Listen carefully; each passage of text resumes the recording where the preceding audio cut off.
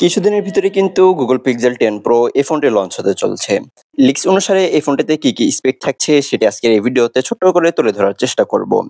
এটি কোনো রিভিউ না, কারণ এই ফোনটি এখনো বাজারে আসেনি। সো এই ফোনটিতে কি স্পেক থাকছে চলুন সেটি আমরা এক নজরে দেখে আসি।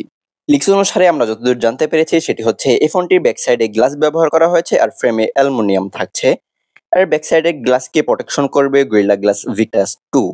ফোনটির ওয়েট হবে প্রায় 200 গ্রামের মতো আর ফোনটির থিকনেস হচ্ছে 8.5 মিলিমিটার।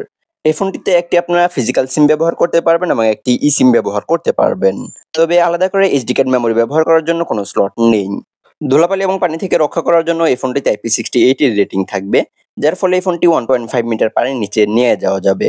এই ফোনটিতে 6.3 ইঞ্চিসের LTPO OLED ডিসপ্লে থাকবে, যেখানে HDR10+ এর সাপোর্ট থাকবে, 120 হার্জ এর রিফ্রেশ রেট থাকবে এবং 2000 নিটস এর HBM থাকবে এবং 3000 নিটস এর পিক ব্রাইটনেস থাকবে। আর এই ফোনটির স্ক্রিন টু বডি রেশিও হচ্ছে 86.9%। এখানে যদি 86% না হয় 90% হয় তাহলে খুবই ভালো হবে, কারণ চিন ভেজেলটা আরো নেরো রাখা প্রয়োজন। ফোনটিতে কন্টেন্ট ওয়াচিং এর জন্য রেজুলেশন থাকবে 1280x2800 pixel, pixel density 497 ppi, expect ratio 20:9। আর এই ডিসপ্লেকে প্রোটেকশন করবে কর্নিং গরিলা গ্লাস ভিক্টাস 2। ফোনটি out of the box Android 15 এ থাকবে। আর যতদূর জানতে পেরেছে এই ফোনটিতে 7 বছরের অ্যান্ড্রয়েড আপডেট আসবে। ফোনটি রান করার জন্য গুগল টেনসর G5 এর মতো চিপসেট থাকবে, যেটি 4 ন্যানোমিটার ফেব্রিকেশনে তৈরি করা।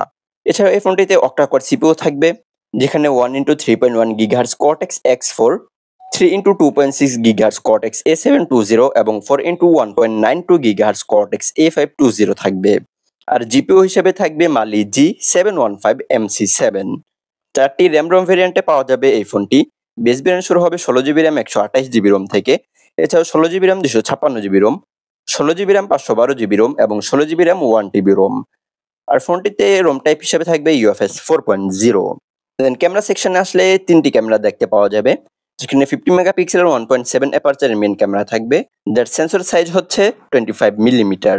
আর এই ক্যামেরাতে OIS থাকবে। তার সাথে 48 মেগাপিক্সেলের 2.8 অ্যাপারচারের একটি পেরিস্কোপিক টেলিফোটো ক্যামেরা থাকবে, যেটি দিয়ে 5x অপটিক্যাল জুম করা যাবে। এছাড়াও 48 মেগাপিক্সেলের একটি আল্ট্রাওয়াইড শুটার থাকবে, যেটি দিয়ে 123 ডিগ্রি অ্যাঙ্গেলে ছবি তোলা যাবে। আর ভালো বিষয় হচ্ছে যে এই ফোনটি দিয়ে কিন্তু সর্বোচ্চ 8K 30 FPS এ ভিডিও রেকর্ড করা যাবে, আর 4K থেকেই 60 FPS ভিডিও রেকর্ড সাপোর্ট করবে। ফোনটির সেলফি ক্যামেরার দিকে তাকালে 42 মেগাপিক্সেলের 2.2 অ্যাপারচারের একটি ক্যামেরা দেখতে পাওয়া যাবে। এই ক্যামেরার সেন্সর সাইজ হচ্ছে 17 মিলিমিটার। আর সেলফি ক্যামেরা দিয়ে সর্বোচ্চ 4K 60 FPS এ ভিডিও রেকর্ড করা যাবে। 3.5mm এর হেডফোন জ্যাক থাকবে না, তবে স্টিরিও স্পিকার ব্যবহার করা হবে। ফোনটিতে ওয়াইফাই ভার্সন হিসেবে থাকবে Wi-Fi 7 এবং ট্রিপল ব্যান্ড ওয়াইফাই সাপোর্ট থাকবে। আর ব্লুটুথ ভার্সন হিসেবে থাকবে 5.3। NFC সাপোর্ট থাকছে আর USB Type-C 3.2 USB সাপোর্ট থাকছে। অর্থাৎ এই ফোনটির দিয়ে কিন্তু ডাটা ট্রান্সফার আগের থেকে অনেক বেশি দ্রুত করা যাবে।